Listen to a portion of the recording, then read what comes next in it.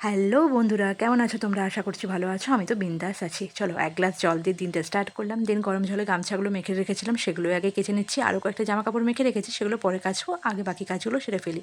মাছের ডিমটা ফ্রিজ থেকে বার করে জল ঢেলে রেখে দিলাম। ভাবলাম আজকে মাছের ডিমের বড়া টক খাবো, কিন্তু ভাগ্যে আজকে নেই মাছের ডিম।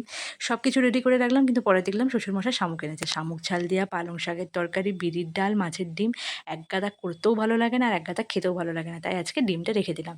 দেন বাকি যে জামা কাপড়গুলো ছিল সেগুলো কেচে মেলে দিলাম। আজকে পরকে দিয়েছিলাম ছাতু গুড়, আর আমি খেলাম বাসি খিচুড়ি মুড়ি। উফ, দারুণ লাগে। তোমাদের কাদের কাদের ভালো লাগে কমেন্টে জানিও। দেন বসে পড়লাম শামুকগুলো ধুতে, আর তারপরে রান্নাবান্না স্টার্ট করে দিলাম। মাছের ডিমটা ক্যান্সেল হয়ে গেলে কি হবে, মুরগির ডিমটা তো আমার এন্ট্রি হয়ে গেছে, কারণ বর আবার শামুক অত পছন্দ করে না, ওর জন্য একটা আবার ডিমের পোচ করে দিতে হবে। তাই স্নান করে এসে ওই জন্য ডিমের পোচ করে দিয়ে আমি আমার একটা ফেভারিট গান শুনতে শুনতে লাঞ্চটা কমপ্লিট করলাম।